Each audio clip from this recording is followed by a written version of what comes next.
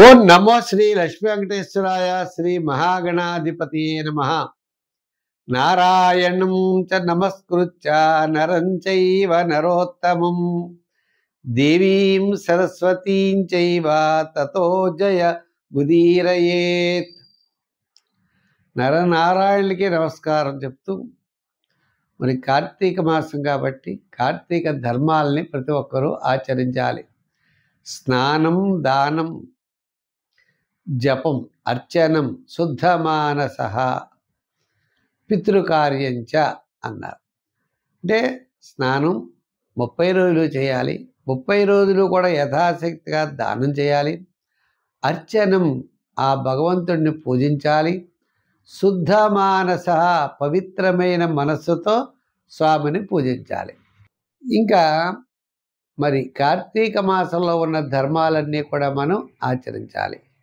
కృత్తికా నక్షత్రం పౌర్ణమి యందు కలిగిన మాసం కాబట్టి ఇది కార్తీక మాసము అన్నారు. చేత ఆ నరనారాయణులకి నమస్కారం చేస్తూ మనం ఈ వారం రాశి ఫలాలు ప్రారంభిద్దాం. కుంభరాశి. ఈ కుంభరాశి వారి విషయంలో మనం చూసినట్లయితే వీరికి పంచమంలో గురుడున్నాడు. చంద్రుడి యొక్క బలం అనుకూలంగా ఉన్నది. లాభ, వ్యయ, జన్మస్థానాల్లో సంచారం. వార ప్రారంభం చాలా ప్రోత్సాహకరంగా ఉన్నది. వారం మధ్యలో మిశ్రమైన ఫలితాలు ఉంటాయి. వారాంతం మళ్ళా అనుకూలమైనటువంటి ఫలితాలు కనపడుతున్నాయి.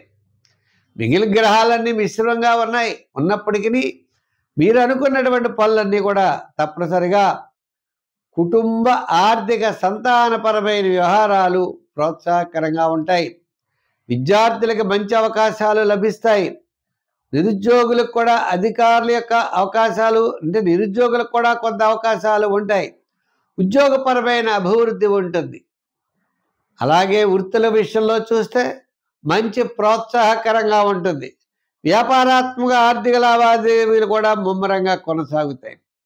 జనరల్, కిరాణా, మెడికల్, ఫ్యాన్సీ, ఇలా గృహోపకరణాలు ఇవందరికీ బాగుంటాయి. అయితే మరి శాటర్న్ ప్రభావం వల్ల ఏదో రకమైన చికాకు, వెళ్ళాలంటాం, వెళ్ళలేకపోతాం, ఏదో అస్వస్థత, ఏదో వాడు ఇస్తానంటాడు, ఎవడు ఈ పని చేస్తానంటాడు, చేయడు, ఇలా ఏదో కారణం ఉండదండి. ఈ కారణం లేకుండా మాత్రం మీరు ఇబ్బంది పడుతూ ఉంటారు. ఇది చాలా విచిత్రంగా ఉంటుంది. అంటే మరి అన్నీ బాగున్నప్పుడు మరి కారణం లేకుండా ఇబ్బందులు ఏమిటి అంటే తప్పదు. మరి ఈ రాశి వారికి ఎందుకని అంటే లగ్నంలో రాహు, సప్తమంలో కేతు.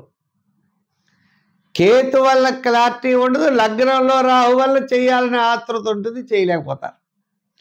అంచేత తప్పనిసరిగా ఈ కుంభరాశి వారు కొన్ని నియమాలైతే పాటించాలి. ఎలాగా? విద్యార్థులు ఉన్నారు, ఎక్కడ జాయిన్ అవ్వాలో తెలియదు.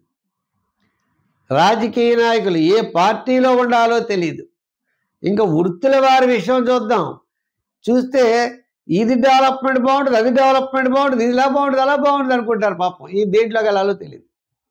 వ్యాపారాత్మకంగా కూడా ఇదే సందేహం ఉంటుంది. కాబట్టి ఈ క్లారిఫికేషన్ కరెక్ట్గా క్లారిటీ కావాలి అంటే ప్రతి ఒక్కరూ, ఏ వర్గం వారైనా సరే, ఏ వృత్తులు చేసేవారైనా సరే, వినాయకుడిని పూజించవలసిందే.